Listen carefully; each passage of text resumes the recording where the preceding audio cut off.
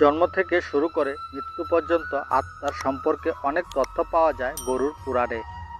জন্ম ও মৃত্যু সম্পর্কে এমন অনেক গোপন কথা গরুড় পুরাণে উল্লেখ করা আছে, যা জানলে চমকে উঠবেন আপনি।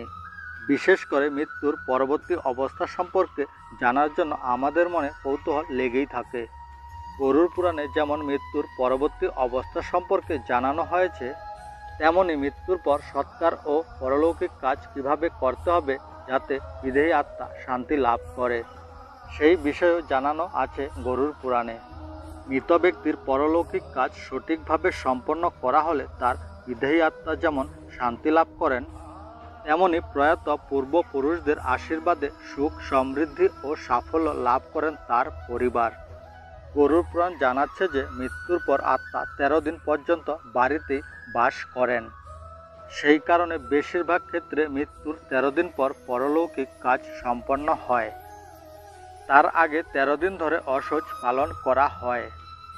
প্রতিদিন সেই মৃত ব্যক্তির উদ্দেশ্যে রান্না করা হয়। 13 দিন অসহ্য পালন করার পর মৃত ব্যক্তির নামে পিণ্ডদান করে থাকেন বংশধরেরা। গরুড় পুরাণ অনুসারে মৃত্যুর পরে আত্মাকে যমলোকে নিয়ে যান যমদূতেরা। সেখানে তার পাপ পুণ্যের হিসাবের পর 24 ঘন্টা পরে আবার তার বাড়িতে পরিবারের কাছে ফিরে আসে সেই আত্মা। কারণ তখনও পৃথিবীর টান ও পরিবারের টান থেকে আত্মা মুক্ত হতে পারেনি। এই আকর্ষণই তাকে আবার পরিবারের কাছে ফিরিয়ে আনে।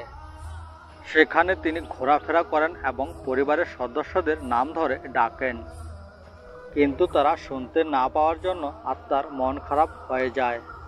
তার মৃত দেহটি দাহ করে দেওয়ার জন্য সেই পুরনো শরীর আর ধারণ করতে পারে না সেই আত্মা। এই 13 দিনের মধ্যে ইহজগতের টান ক্রমশ দুর্বল হতে থাকে আত্মার।